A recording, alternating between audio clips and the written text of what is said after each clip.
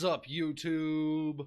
Robert the Monster Among Marks Drapp here, and I'm back again to roll up my sleeves and try and fix the current product that is WWE. Now, from the thumbnail, you may be able to gather what I'm about to talk about, and that's right, I'm talking about part-timers and celebrities, why they're good, why they're bad, and the best way to use them. Now, let's start with that first premise, because I always like to try and be as positive as I possibly can be, and that is, why are part-timers and celebrities good? One, mostly because in the case of the part-timers, they can help get a up-and-coming superstar established as a credible star. This can help a promotion absolutely tear the house down and bring in new blood to help revitalize the product that may be flagging or failing. Now, the problem with that becomes when you have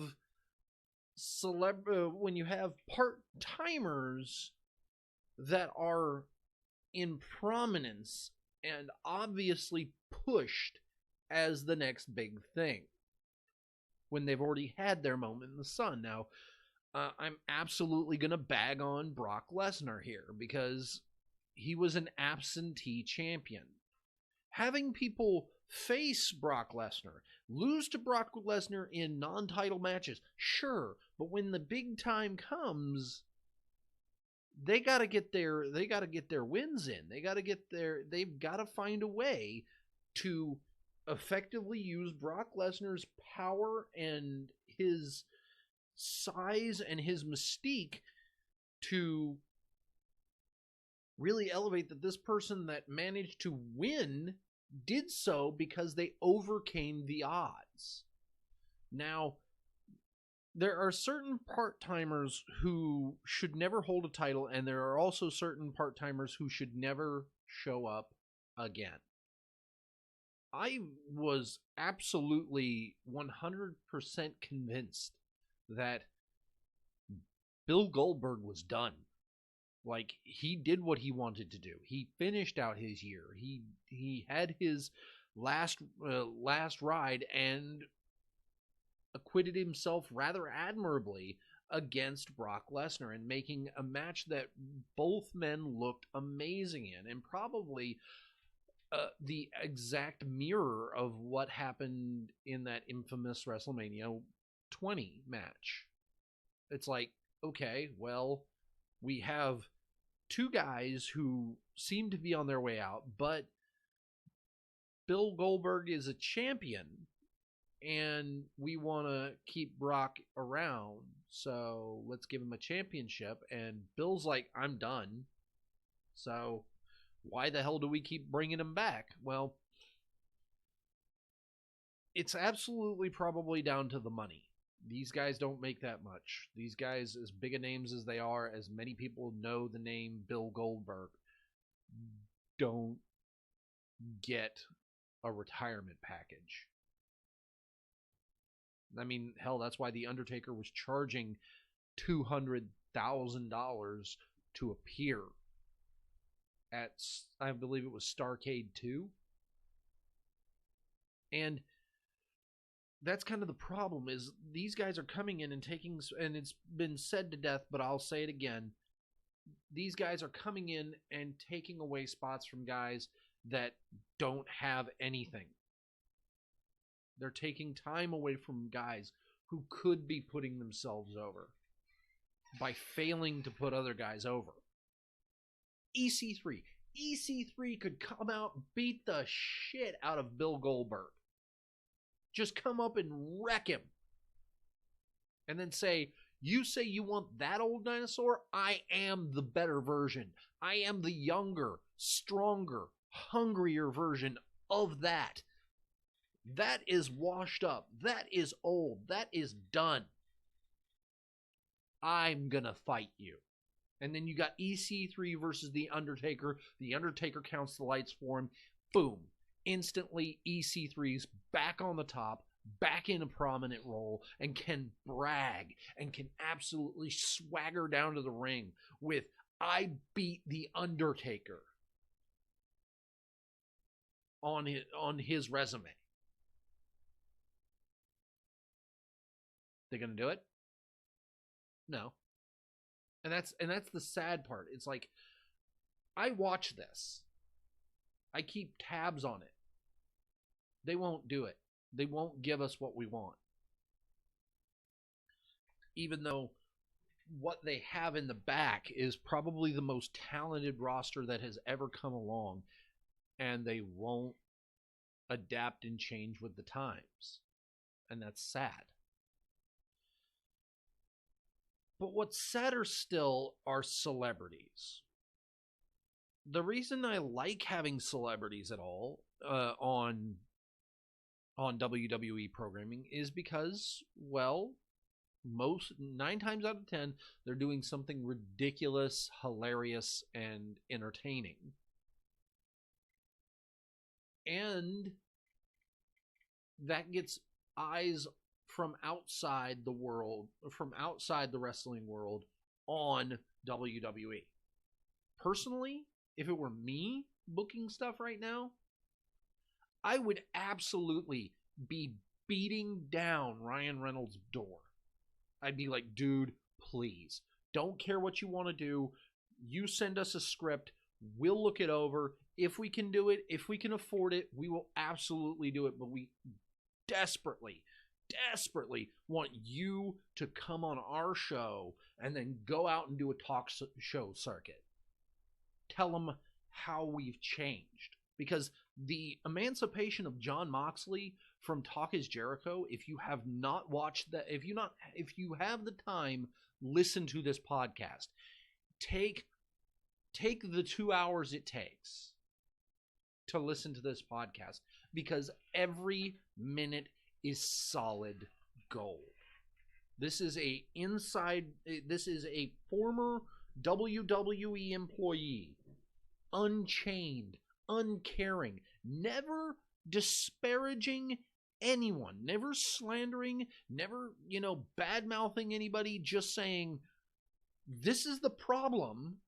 Objectively, these are the things that are happening. This is why I didn't like what I was doing. This is why I left. Now we have to look at how to fix it. And so that's where we are. But that being said, you can't keep bringing in people that nobody knows. And you damn sure can't be giving them anything prominent to do.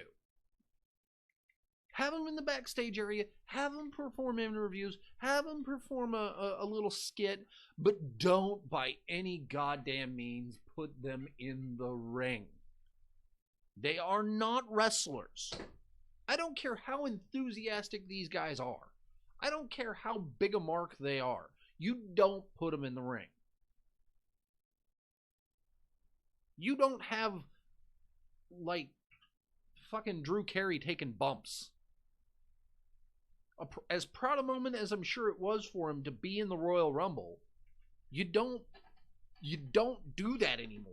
You can't. It doesn't work.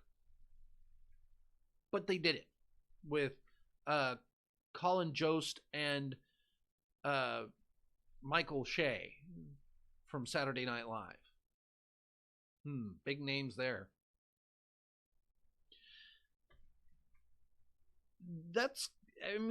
Celebrities and part-timers can work, and I really think that what needs to happen for the future to fix it is we're looking at Brock Lesnar, who has the money in the bank. He is the beast in the bank, as proclaimed by himself. One, they couldn't do better, like a better job with the boombox thing, with the Bluetooth pack on the... You put it inside the box, nobody will know. You can't keep doing that. It just doesn't work, because everybody knows that Brock Lesnar is a part-timer. Everybody knows that he's only going to be there for the big events. And fact of the matter is unless you can talk him into a more rigorous schedule, which he's absolutely going to fight you on, He's never gonna show up on weekly television and be a fighting champion. So you damn sure better not put the belt on him. Personally, if it was me, why not have Mustafa Ali steal the briefcase from Brock Lesnar, like kick him in the teeth when he ain't suspecting it, like take him out at the knee, steal the briefcase, run it on, and actually have him cash in on Kofi Kingston. But he's got backstage heat. I don't doubt it. I don't doubt that Lesnar's got some backstage heat. Although I think that the stupid move, which everybody's calling out, is that Brock Lesnar is got reprimanded by Stephanie on an exclusive. And why? Because he didn't cash in? He's the Money in the Bank winner. The absolute rules stated in the text of the contract that he won states that he can cash it in 24/7, anytime, anywhere, at a moment of his discretion. But that's how you build another star. You don't need Brock Lesnar to have that. And it's ridiculous that they keep doing this, and they keep putting part-timers on a main storyline. Now, you want to talk about part-timers done right? Look at John Cena and Dwayne "The Rock" Johnson. They come when they please. They show up as they will. And with this year's WrestleMania, we got the Doctor of Thugonomics. The original starting, it was really ridiculous that Brock Lesnar won. But we got John Cena come back as the Doctor of Thugonomics to beat down Elias. Did that hurt Elias? No, because who the hell is Elias anymore? Nobody. He's an act. He's nobody. And you got a moment of John Cena, which was nice. Because he is the man that cannot be viewed. Because he's decided that he doesn't want to be there anymore. I guess he got sick, like John Moxley did, of all the bullshit. So he's like, you know what, Vince? I made my name. I'm universally known. I did the things I wanted to do, so I'm going to go into business for myself. I'm going to go into movies. I'm going to do what I want to do. And he's actually a fairly funny guy, just like Dwayne "The Rock" Johnson did. Dwayne, The Rock made his name. He went and did, a television circuit and movies, and started action and comedy, and moved on from wrestling. And that's why he's so amazing, is because, hey, I don't have to deal with your shit anymore. And I feel like that should be, yet again, a template, an avenue for wrestlers to follow now, and to show the way that, hey, Vince, you got to stop doing this stuff because it's not working. You're stealing time away from me that I could go out and make my name.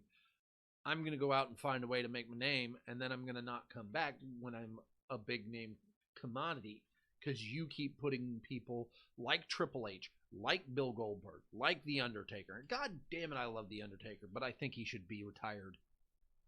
It's just no more. We need to stop. We need to start building the future, because here, it's the law of diminishing returns, where these part-timers aren't gonna be able to go anymore. That's just what it is. But this Saturday we're gonna be here in 2 days, on Friday, I guess it is, we're going to have from Jihad, Saudi Arabia, we're gonna have Super Showdown, and that'll be a thing I don't care about. That is what I think. That's what I like about the Indies. That's what I like about AEW actually. Is these guys that were restrained, were held back. They get a chance to go out there and put together amazing matches. Same with New Japan and Ring of Honor, apparently. Jon Moxley had his U.S. title match against, I want to say, Thunder Liger was his name. And apparently, I haven't watched the match yet. I need to go back and I need to watch it. But apparently, it was just a fucking barn burner. And that's the thing. Part-timers and celebrities can be an absolutely integral tool. They can be a absolute necessity for a promotion to build certain talent, to get guys over, to show off what these younger upcoming stars can do. But WWE leans so hard on that crutch that it's splintering to the point of breaking. Juice Robertson's, I'm sorry. That's who Jon Moxley faced. And apparently, like I said, I heard it was pretty good. But again, these guys get other people over. They shouldn't be used in a prominent light, but they are in WWE, and that's what I would fix. I would have these guys like Triple H, like Bill Goldberg, like The Undertaker, like John Cena, like The Rock, do the job for the guys coming in and show them the ropes, have a feud with them, and then give them the big moment to push them. But with Vince holding stubbornly onto all creative control, insulating himself with people, as was described by Jon Moxley in the Emancipation of Jon Moxley Talk Is Jericho podcast, I think John's right. Vince is going to die in the chair. He's never going to give it up. He's never going to stop, and he's just going to keep doing things the way he's always done them. But what do I know? I'm just as smart, Mark. I want to thank you all for watching. Please like, comment, subscribe, share, all those wonderful things down below on YouTube. Hit the bell for the notifications. On Twitch, go ahead and hit that wonderful little heart follow button.